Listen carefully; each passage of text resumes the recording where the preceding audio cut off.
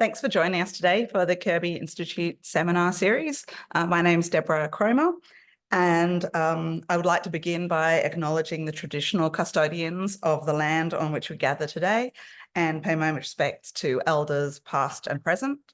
Today we're presenting from the Bidjigal land of the Bidjigal people of the Eora Nation, and I extend that respect to Aboriginal and Torres Strait Islander people joining us here in the audience and online. Some housekeeping to start off with.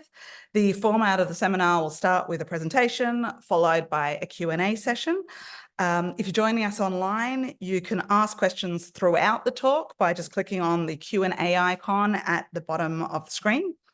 For the audience in the room today, there's a microphone available. It's over there on the side of the room. So if you're going to ask questions, could you please go over there to the microphone just so that people online can also hear your questions. So to begin with, now I'd like to introduce Joshua Schiffer.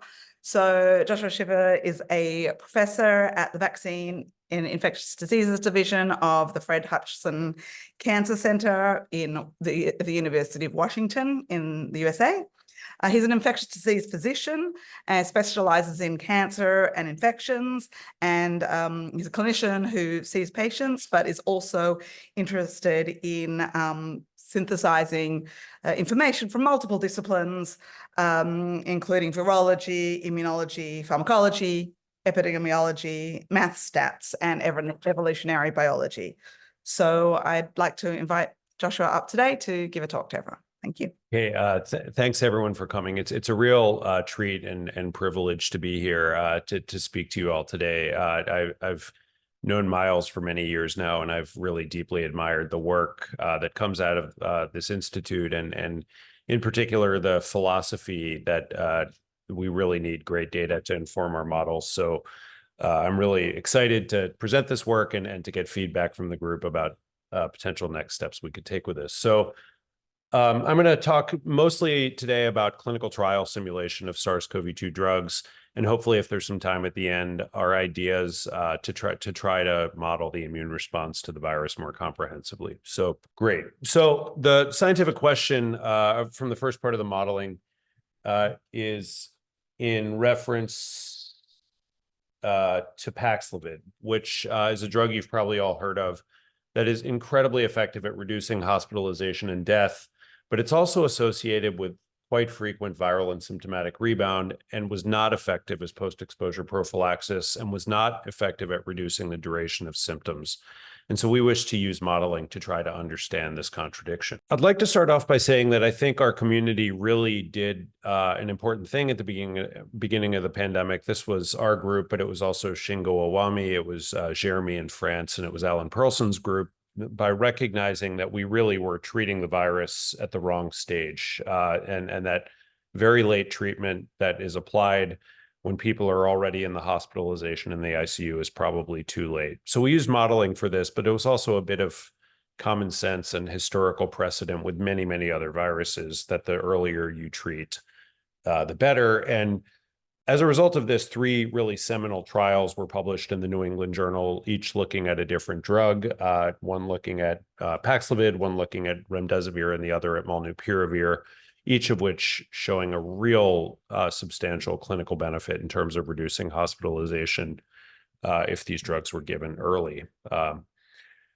And I will contend that this Paxlovid study is probably one of the 5 or 10 most important clinical trials ever done, and far exceeded any expectation I had going into this. So this trial was applied to high-risk people. So these are people who are at high risk of developing hospitalization and death. It was done during the Delta arm. And you can see that there were almost 700 individuals enrolled either into the placebo arm or the treatment arm. And the incidence of hospitalization and death was reduced by almost 90%. So that's an extraordinary result. And I think by definition, that makes this an extraordinary drug. And after this trial, the drug was widely given for a period of time, and I think probably saved tens of thousands of lives. So really important study. we're modelers. We're not great at modeling symptoms. We like to model viral loads. So what this shows is there have been 2 trials looking at viral load reduction. The first is the one I just showed you. It's called the EPIC-HR study. This consisted of people during the Delta wave. They were all symptomatic, as I mentioned, high risk, mostly almost completely unvaccinated. The way viral loads were collected was with nasal swabs, huge study, as I showed before.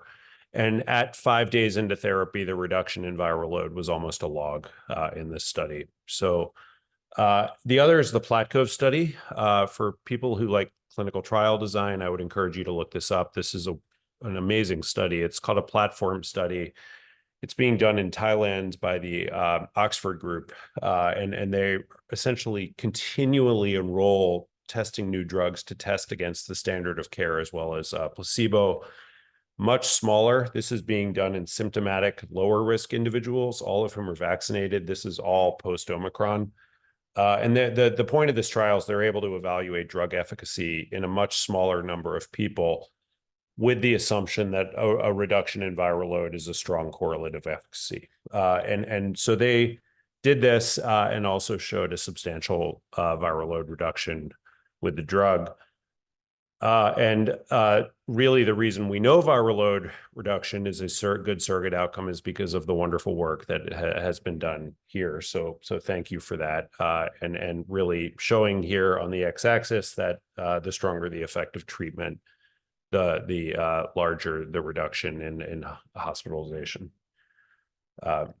which makes the modeling relevant, because if reducing viral load didn't do anything, then whatever. But it makes the modeling important. So, but the problem is once this drug was implemented, there was just anecdote after anecdote, which eventually were published, of viral rebound.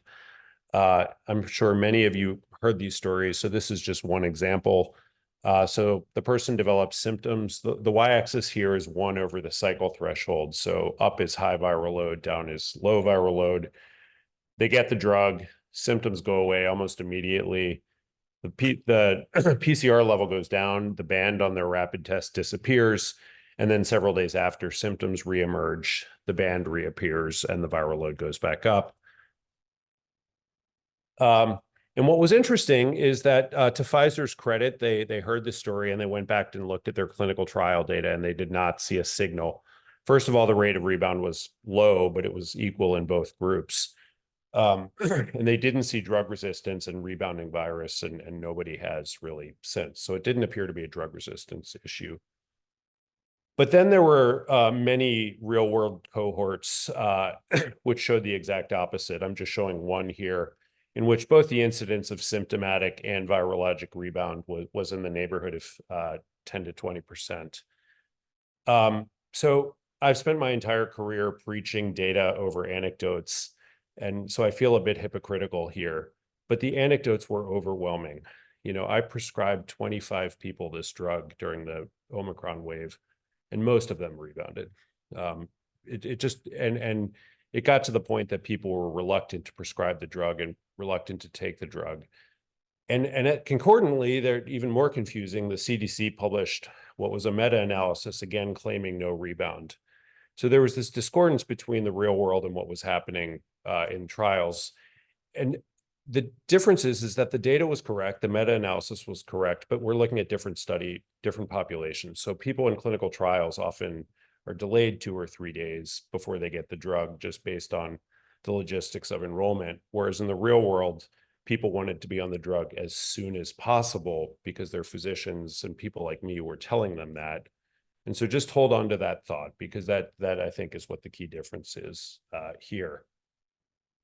And so there are 2 problems with rebound. The problems that patients tended to care about were that they were worried that they had a flight they wanted to go on the next week.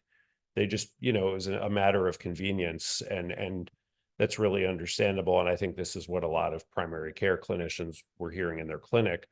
But the real problem is that people stopped using the drug. And I think a lot of high-risk people who probably should have gotten the drug were more worried about rebound than hospitalization. So this had a real impact, I think, at a public health level.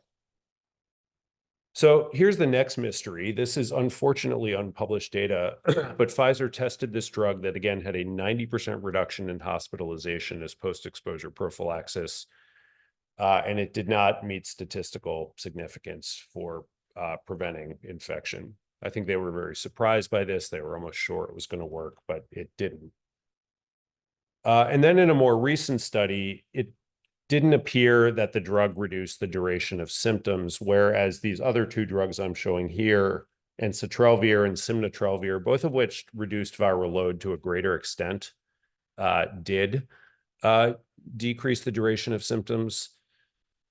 In my opinion, just my opinion, this is a little bit of a softer difference because the way that symptom scales are measured in these trials is really challenging, but that's just my opinion. But nevertheless, another indication where I think people really thought the drug was going to work and it didn't appear to.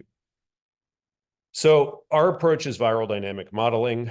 And I think with this crowd, I probably don't need to belabor this too long, but these are just sort of the signals we look for in the data to see whether or not we want to apply our tool. And in this case, I felt like we had the signals available. The first is the data nonlinear? Is it longitudinal? Yes, we're measuring viral load over time and it's going up and down. Do we have competing hypotheses for what's going on? I think, again, the answer is yes. And hopefully there's some opportunity that other people can either validate or reject our model predictions. So the type of modeling that we do, we call clinical trial simulation, and I'll walk you through all of the steps of this. But the first two is we need a model of COVID-19. So we need a model that reproduces viral load in the absence of treatment accurately so that we can create a placebo group for our simulated trial. So that's the first step. So we first have to characterize what the viral kinetics look like off of treatment, and then we need to develop a model. And throughout all of these 6 steps, we are constantly looking for data that can inform or validate our model.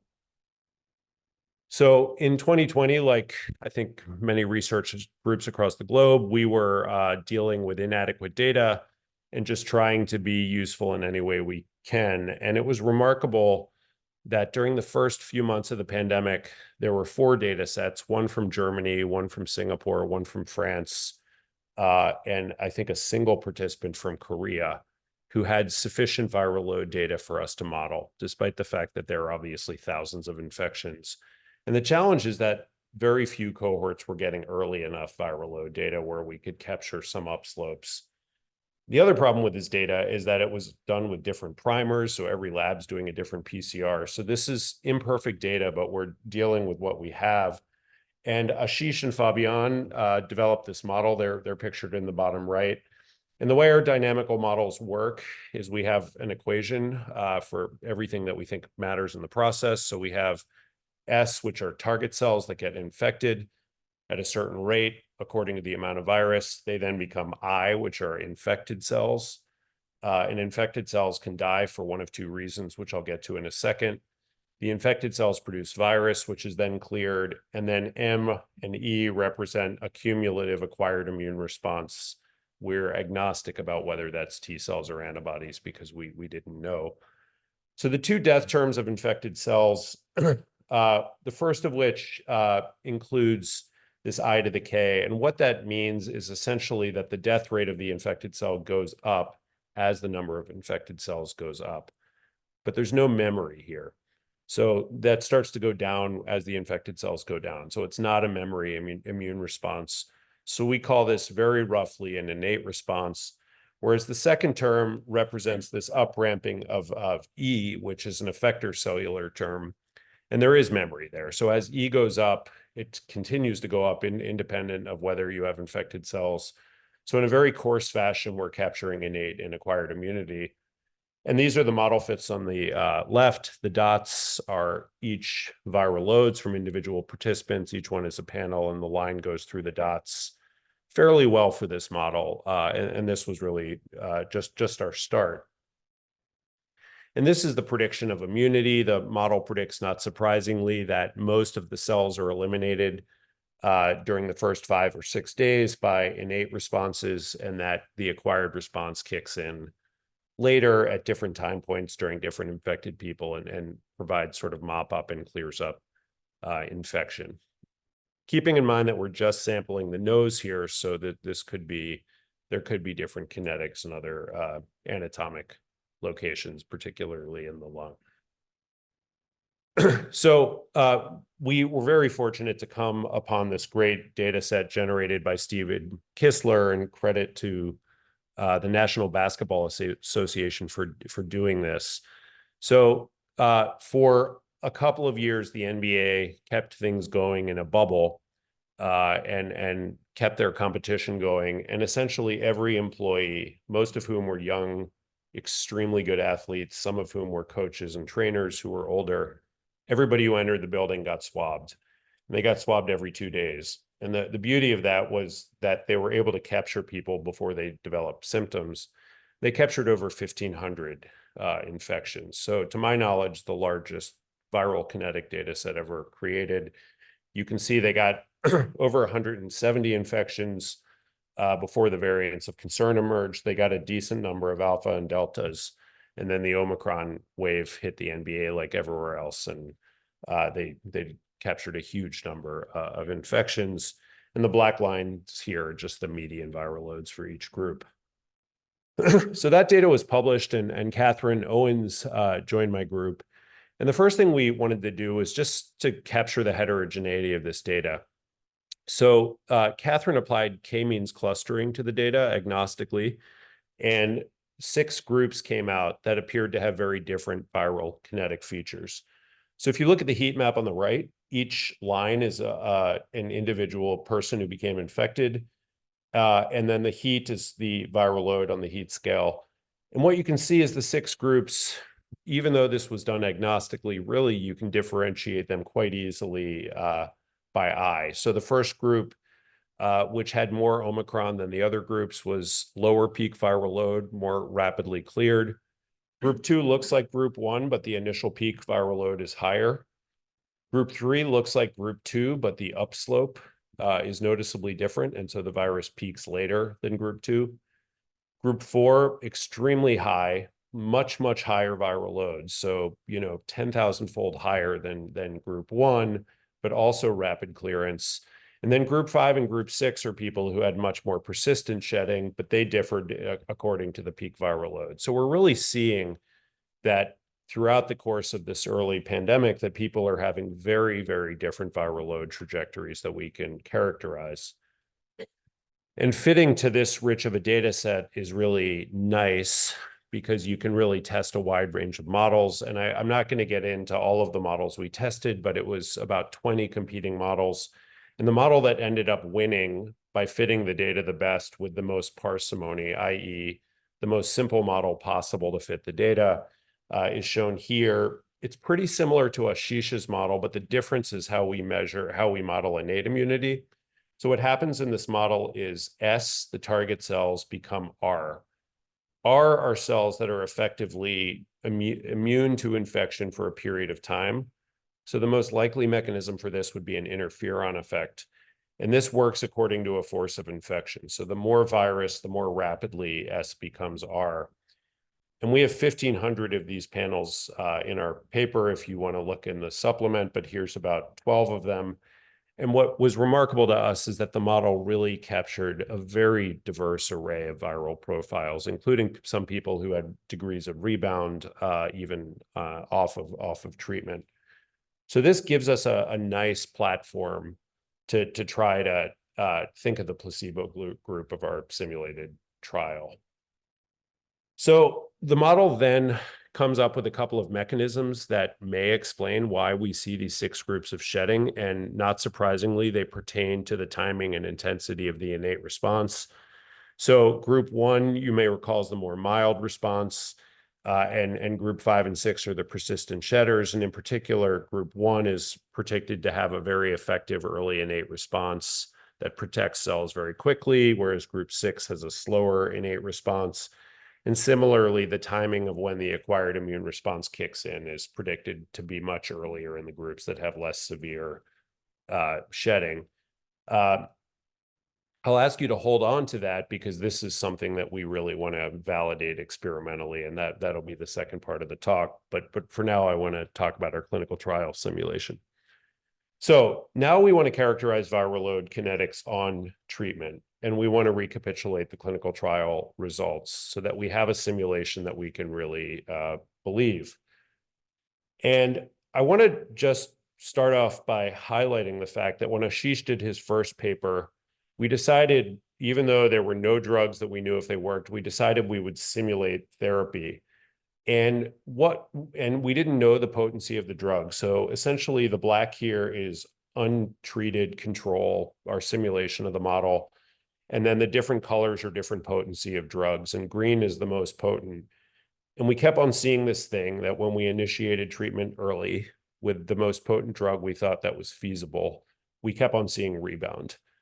And I don't think this paper would have ever been accepted if it had not been submitted at any time other than June of 2020.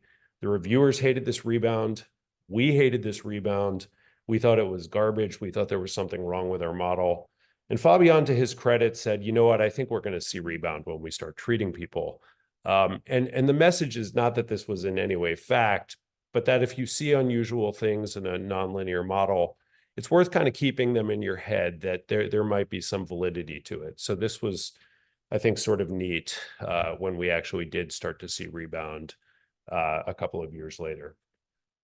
So anyway, Shadi joined the group, and we wanted to really simulate the trial. So what we do when we develop a simulation model is we factor in not just the viral dynamics that dictate the viral loads that I showed you, but the pharmacokinetics of the drug. And what I mean by that is capturing the drug levels over time, and the pharmacodynamics. And what I mean by that is concentration-dependent inhibition of viral replication. And we synthesize them all together with the assumption that the amount of drug is what prevents viral replication at any point in time in a person. And then we create a simulated cohort. So remember I said we simulated 2 trials. So for EPIC-HR, it was all deltas. So we drew from the NBA delta participants only. For the other trial, PlatCove, we drew Omicron. So we're trying to get a representative sample here.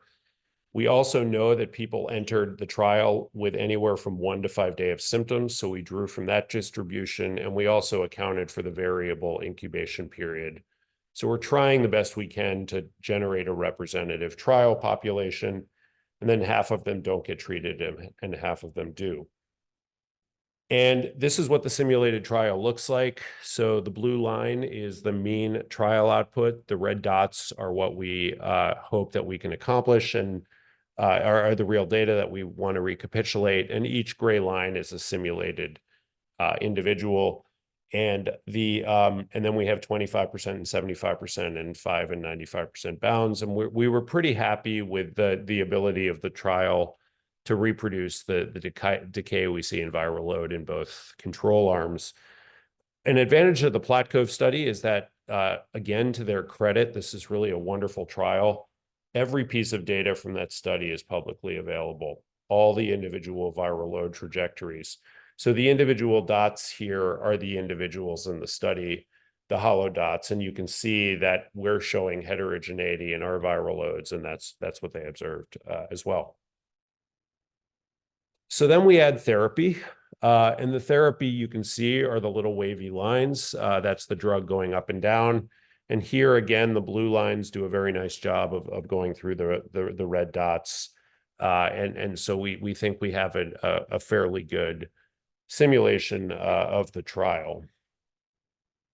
Now, we had a really nice reviewer who said, why don't you try, if you have the individual data from PlatCove, why don't you actually try to simulate that and fit to that?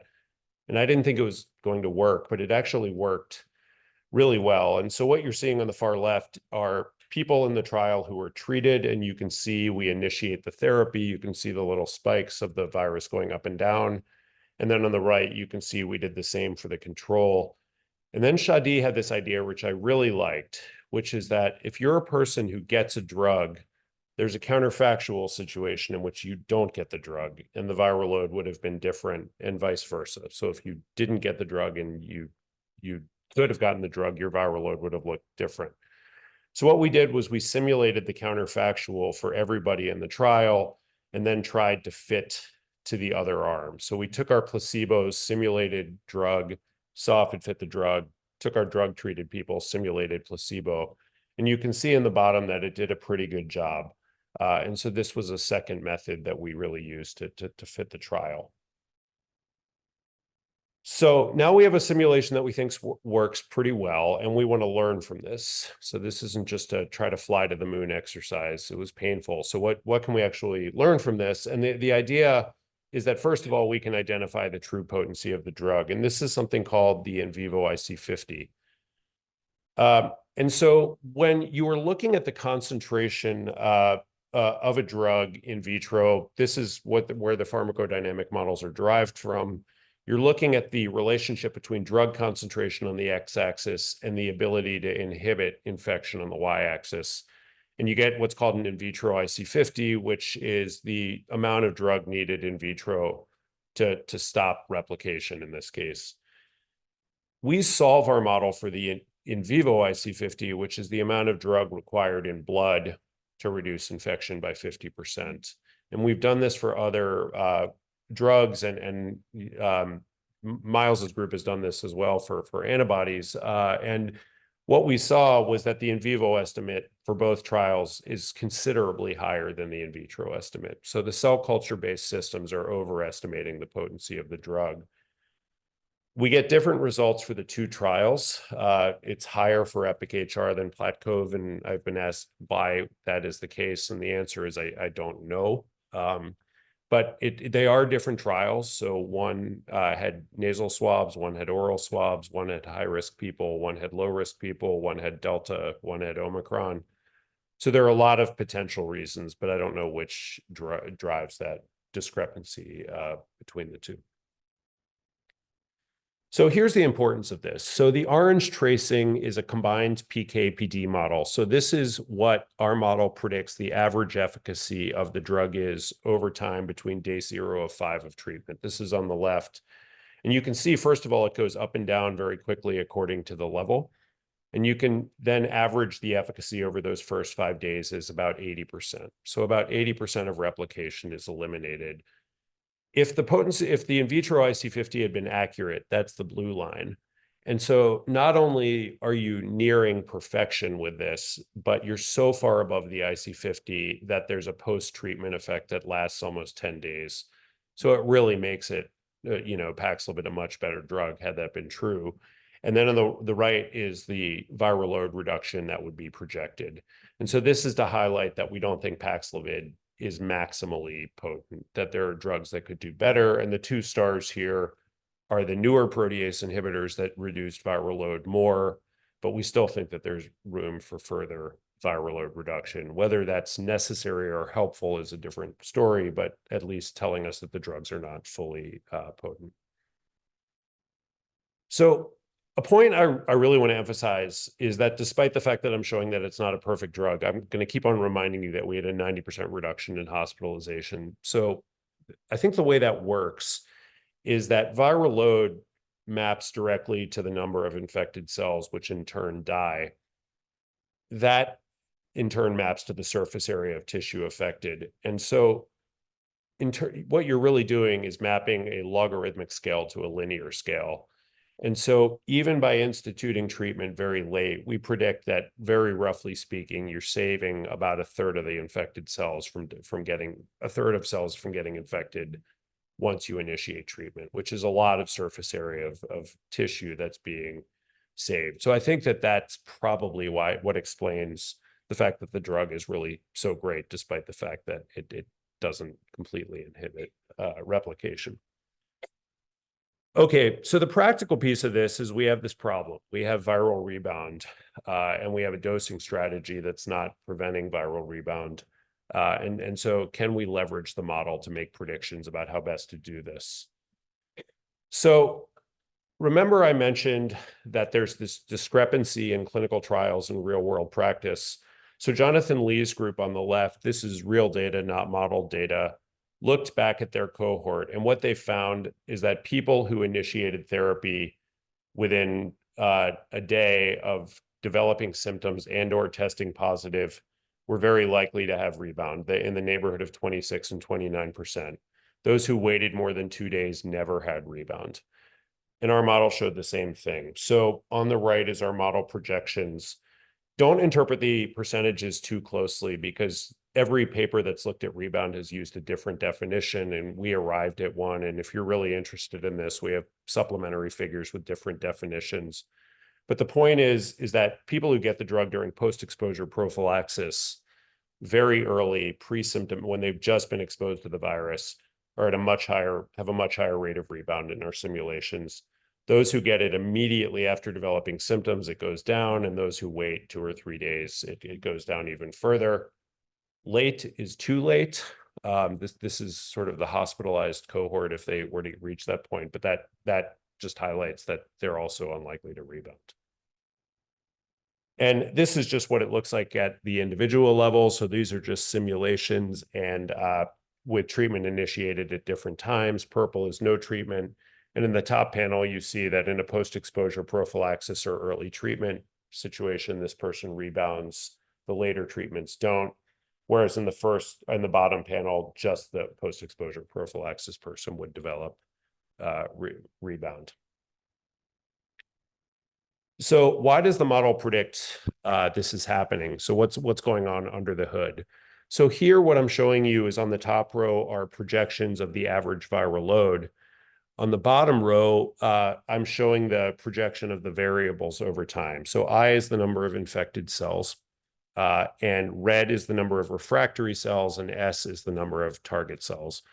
So you can see off of treatment, there's this very robust innate response. Refractory cells predominate over susceptible cells, and infected cells go up and down. If you look at the post-exposure prophylaxis scenario, which is day 1, and then look at the time point when treatment is stopped at day 5, there are 3 things that are problematic. The first is that infected cells have not been eliminated, so the treatment hasn't lasted long enough to get rid of those cells. The second is that the refractory cells are much lower, so the innate immune response has been blunted. And the third is that there are plenty of target cells left. So we've essentially decelerated the infection, but the fuel is still there, the fire is still burning, and it rekindles once drug is stopped. And this effect becomes less and less pronounced as treatment is initiated later and later. So there's some experimental consistency with this. It's all been in animal models showing blunting of both innate and acquired responses at that time point. Now, there's a bunch of human studies that say that treating with nirmatrelvir does not prevent acquired immunity in SARS-CoV-2, and they're all very good studies, but they're not relevant for what I'm talking about. They're all studies that looked a week or 2 after treatment, when people had already rebounded, and sure enough, they developed great IgG and T cell responses to the virus. We're looking at contemporaneous time points, so that explains the difference.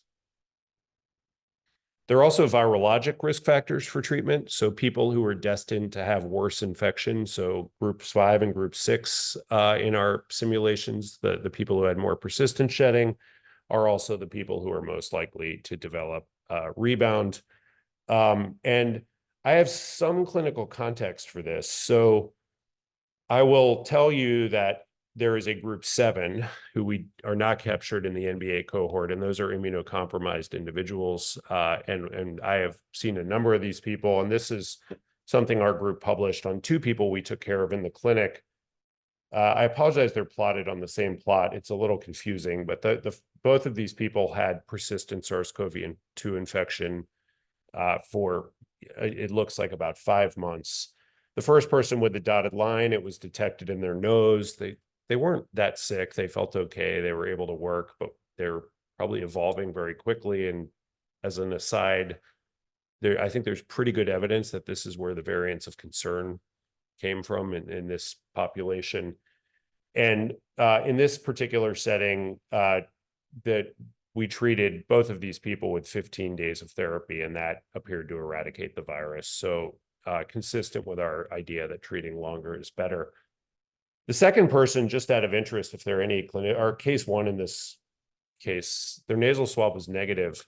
They were short of breath. They couldn't work. And we got CT scans, and we saw these infiltrates that were moving all around their lungs. And we ultimately got a BAL, and they had a pretty low cycle time in their lungs. So we thought persistent SARS-CoV-2 infection, not detected in their upper airways, purely in the lungs. And that person responded symptomatically within 2 days of receiving therapy. And we treated for 2 weeks as well. We think Omicron is less likely to rebound than prior variants just because it falls more into that group 1. So whether this becomes a less relevant clinical problem as population immunity continues to build and mature is less clear to me. But that's another finding of the model. So how do we address this problem?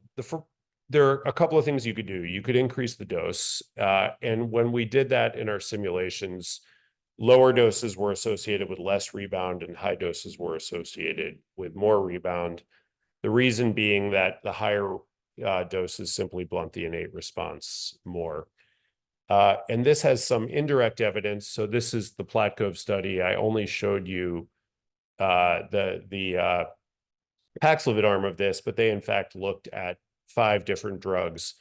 And essentially, the better the drug, the more likely they were to see rebound. So they saw rebound in about 10% of people who received Paxlovid, but a much lower amount in molnupiravir.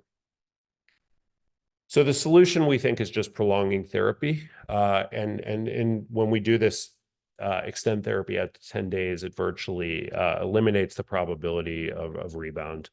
And that's shown. Examples of this are shown in panel 3, where there's rebound at 2 and 5 days of therapy, but when we extend to 10 days, the rebound goes away. For post-exposure prophylaxis, we think that probably there needs to be a longer therapy just because the probability of rebound is higher and the factors underlying it are more substantial. And this, again, has indirect backing from the literature. So Paxlovid failed as post-exposure prophylaxis, but numerous neutralizing antibodies, all of which had half-lives of about 28 days, were effective in this indication when these were options. And we think that it was just having therapy on board for a much longer period of time that drove the success of the trial. So summing this all up, we think that the drug is between 40 and 60-fold less potent in a person than it is in a plate of cells, and that its short half-life is also a problem. We break down therapy into 4 stages. So there's on the far right, late, which is too late to work. But then as you move further to the left and go from, or if you start with post-exposure prophylaxis, the risk of rebound is highest. The real world treatment, when people in the community tend to get treatment, when rebound is also high. And then what we saw in the clinical trial, which is when people were getting treated several days into symptoms, the drug still works and the likelihood of rebound is lower. And that we think extending therapies for these 2 indications would be the solution to this problem. Limitations. I think that, in my opinion, having worked in different model systems, is that target cell saturation is not necessarily captured perfectly by an ODE model, and spatial models are sometimes better for this. And critically, we never know the initial conditions of infection. We don't know the amount of virus that people get infected with, and we don't know the initial amount of immunity. We have now extended this approach to virtually all of the other small molecular antivirals, and it's kind of fun because each of these has a unique story. I'm not going to show all the data, but just one example is that for molnupiravir, where we have 3 clinical trials to fit to, the mechanism of molnupiravir, I think, as you all know, is to induce mutagenesis in the virus. And you can detect that, but it's not enough mutagenesis to hit the PCR primer. So the PCR still detects this. And so the message of this modeling is that we think the model is, or we think the trial is actually underestimating the antiviral potency, because most of what we're measuring is mutated virus. So how am I doing on time? Are we? It's 20 minutes left. 20 minutes left. All right, great. Okay, great. I should be able to wrap this up. So this is just changing gears. This is work that has not been done yet, but it's just an idea I have that we really want to get off the ground. So I'm enthusiastic to present it to you and get feedback. So it's really why do we see this huge variability both in viral loads and symptoms? So as you all know, some people get COVID and die, others are asymptomatic. And within people who have outpatient illness who aren't sick enough to go to the hospital, there's also a huge amount of variability. Some people just have the sniffles for a few days. Some people are laid up in bed for 10 days, and some people develop long COVID. And I don't think we really understand why. So that's the scientific question. And this is just to reemphasize that you can map this to viral loads. And in this very large cohort, we see these very significant differences between shedding. And we have developed a very coarse hypothesis for why this might be the case. But unlike the viral load data, where we have mapped our model very closely, we don't have any data supporting this or rejecting this. So really, our model has generated a hypothesis that we need to validate or reject. And I have a bias. So I was here, Miles and I were thinking about it. I think it was 7 or 8 years ago, and I probably talked about this, but in a lot of the prior research we did was on genital herpes. And genital herpes is an amazing disease to study because the same person over the course of several months will have reactivations that vary from 100 copies cleared within 6 hours to 100 million copies, so a skyscraper rather than an anthill, associated with lesions, associated with transmission risk. So we can study viral variability not between people, but within a person. And on the left are just 3 people shown here with this heterogeneous shedding pattern. And our mathematical model predicted that this is driven by the number of tissue-resident T cells at the precise site where the virus reactivates, and that the more T cells, the better, and the lower the viral load. And at the Doherty Institute, Laura McKay's group tested this in a mouse model and achieved the same result. So it really intriguing, but the problem is that measuring the immune system in tissue, particularly at pre-symptomatic time points when people don't even know they're infected, is very difficult. But that's what we would like to do for SARS-CoV-2. From a mathematical modeling point of view, we have tried to model the virus and the immune response concurrently. So this is Judy Yang, who was a college student in my group early during the pandemic. And she did this really neat model where each panel here is a fisherman in Seattle, and they all went out on the boat and they all got COVID. And then they were all kind enough to come to the hospital to enroll in this clinical study in which Keith Jerome and Alex Greninger measured their viral load, which is shown in black, and their IgG levels over time following infection. So these are all immunologically naive people, hadn't received the vaccine. And we developed a ton of competing models to see if we could explain viral reduction with antibody. We could not. The antibody, we needed the virus to generate the antibody, obviously. But by the time the virus was going away, the antibodies were coming up. So it looked like the antibodies were popping up too late. But this is really, it was a nice study, but this is really to highlight that the field has really not gone to great measures to try to fit to viral and immune data at the same time. And a critical eye would look at this and say, we're missing 90% of the immune response, which we are. So how do we remedy that?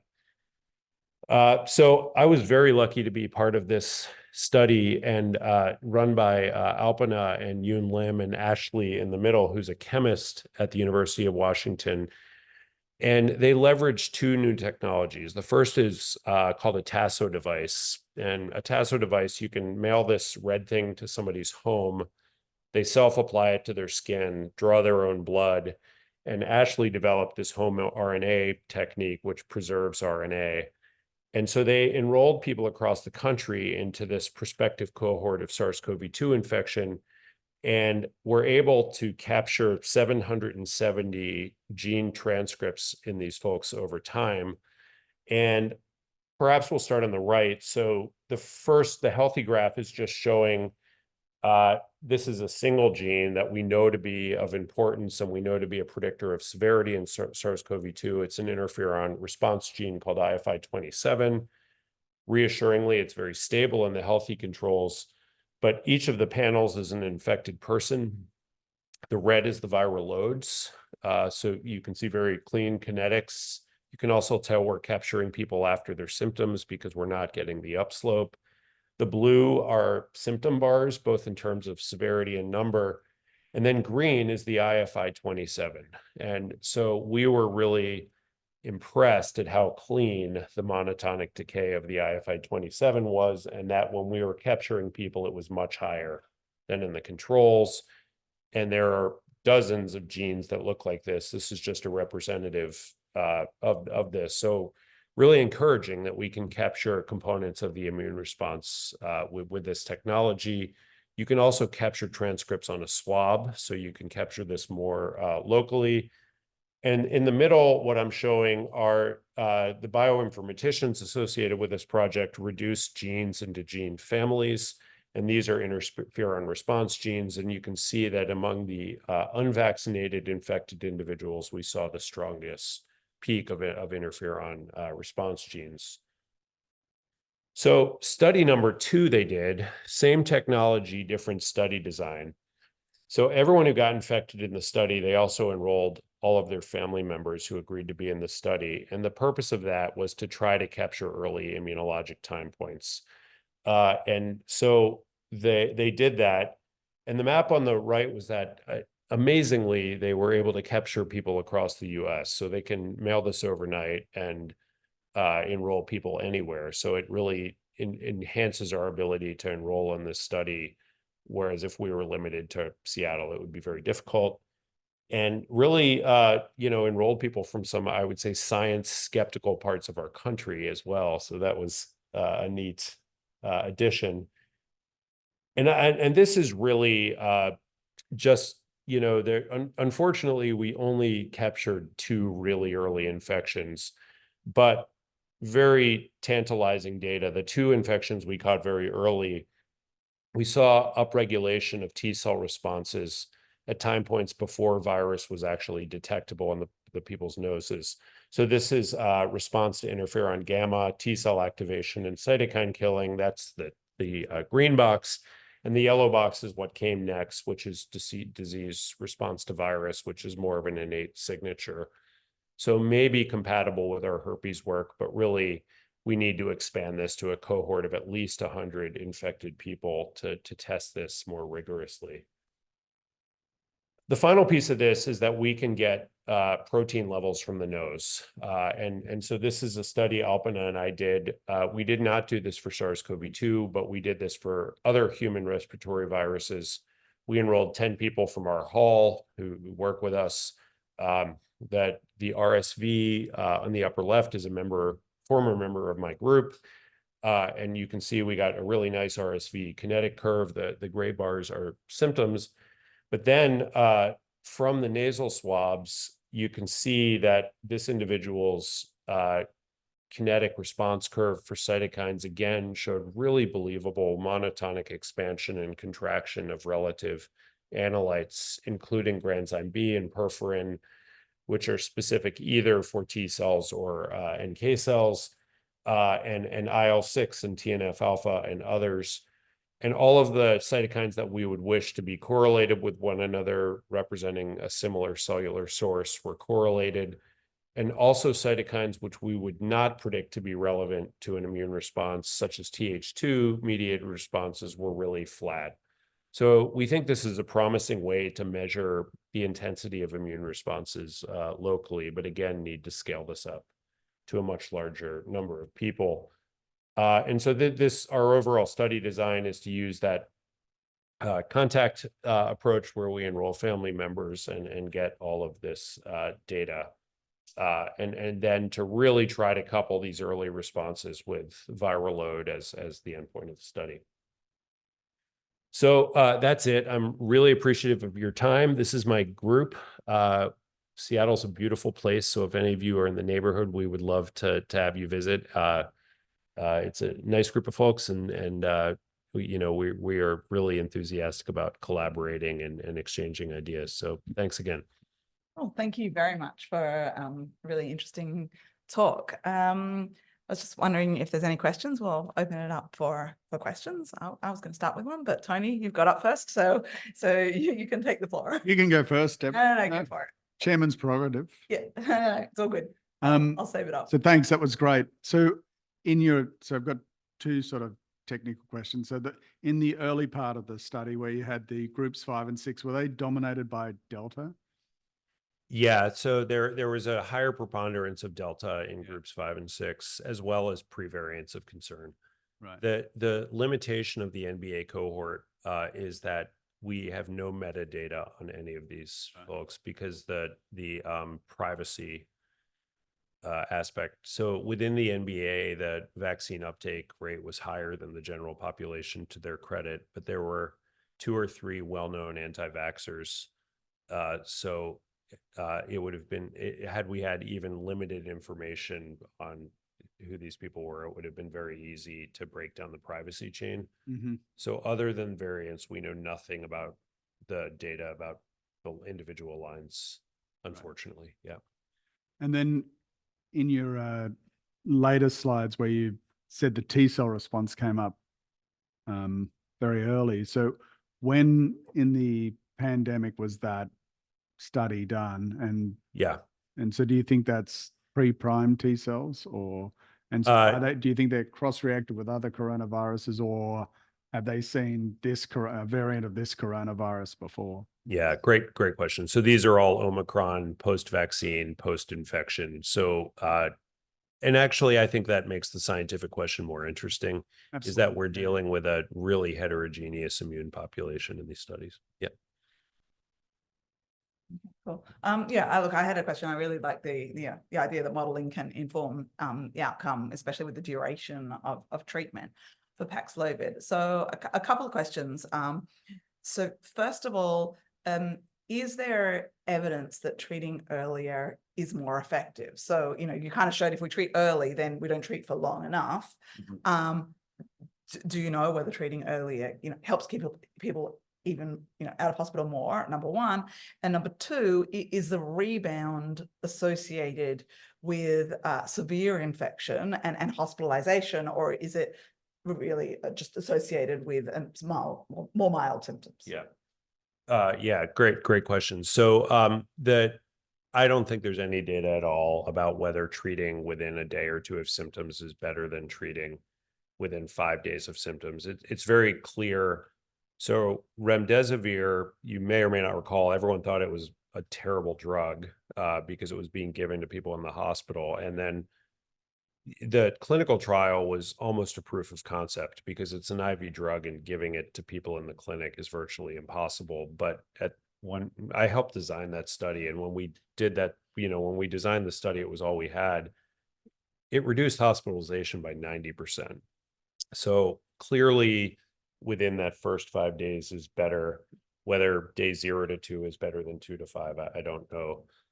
The second question is really important. It's about whether rebound is associated with hospitalization, and it's not. I think rebound is a hassle, but it's not associated with as severe diseases. But it hasn't been studied in as greater numbers. And I would also say we know nothing about whether rebound is at all predictive of long COVID. So, yeah. Yeah. So I guess that, and have there been trials that have tried to, make it, use it for longer? Because you said, okay, use it for 10 days, but if you're starting someone on day 5 of symptoms, you don't need to use it for 10 days in that situation. But I guess you're not going to get people to just hold off, don't take it, wait till you get sick and then take it later on. But have there been trials that tested the duration of symptoms? No, the two things are, I think Pfizer actually was concerned this would happen. They were pretty smart. But there's apparently a drug availability issue for the first month or two that informed the trial. Human behavior, people stop taking antibiotics when they feel better. So that was part of the calculus of why they chose 5 days. Practically speaking, it's been very difficult to work with this knowledge in my head because I still get calls from family members asking. So what I do now with virtually everybody is I prescribe 5 days. and I tell them that the second they develop another symptom, and I think a lot of primary care physicians are doing this too, they'll just get another prescription. So during the Omicron wave, I re-prescribed Paxlovid quite a bit. The clinical trial infrastructure is too slow and cumbersome to really address this in any other way. So I think it becomes more of a practical matter in the clinic. Yep. In the post-exposure prophylaxis for Paxlovid, it kind of seems to me that if you get in there early enough when there's a small enough amount of virus, and yet your sort of a yellow curve of rebound seem to go all the way, I guess that's because we don't tend to treat immediately. But have you looked at like how low the viral load would need to be, for example, to achieve elimination, and how soon that would need to be? And is there a window if we could intervene early enough? Yeah, great question. I don't know the answer. I have an anecdote that we had somebody right before I left who was going into stem cell transplant who developed SARS-CoV-2. They weren't terribly immunocompromised going into transplant. Got 5 days of treatment, felt better, had 2 negative nasal swabs, PCR negative. A week later, they get, their chemo reduction, and 3 days after that, floridly symptomatic, high viral load.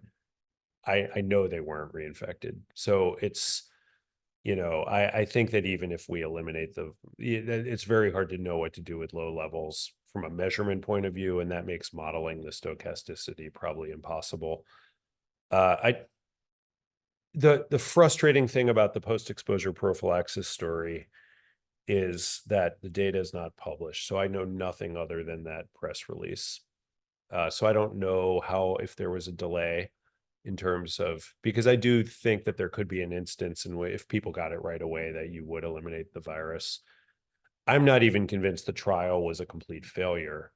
I think they might have just had a small effect size that didn't meet statistical significance, but all we have is a press release. So, yeah. Thanks. Any other questions? Yeah. Round 2. So just to continue the anecdote, so I treated a lot of people with moderate immunosuppression with autoimmunity and stuff, and I haven't seen much rebound. And so I just wondered if there's anything from your model that suggests that if you've got a decreased immune response, whether that affects the potency of the drug. And so reducing that potency somehow, because you suggested that a lower potent drug would have less rebound, right? So whether that sort of combination of a potent drug with a less potent immune response actually mitigates against rebound, and whether your model would predict that or not. Yeah. It's hard, as you know, if you're a bit of a bizarre question. No, it's a great question. I mean, we were discussing at lunch how the tricky thing with immunosuppression is that it's scales of gray along multiple different axes. And so it's hard to define. I mean, we have, they're not shown here. We have seen people who had asymptomatic SARS-CoV-2 infection with cycle times of 15. So the highest viral loads I've ever seen for months. And then we treated them for 10 days and they had no rebound. And then we've seen other people, the scenario I described. So I don't, there's a little bit of a mystery at the individual level to why certain people behave the way they do. And the other piece is this anatomic, I wouldn't call it a reservoir, but the fact that we're only measuring segregation. Yeah. Great. Any final questions? Okay, well, in that case, I'd like to thank Joshua for his talk today, and if everyone could thank him. And just a reminder that at 4 o'clock this afternoon, just outside, there's going to be the Kirby Cultural Diversity Afternoon. So if everyone would like to come and join along to that, that'll be great.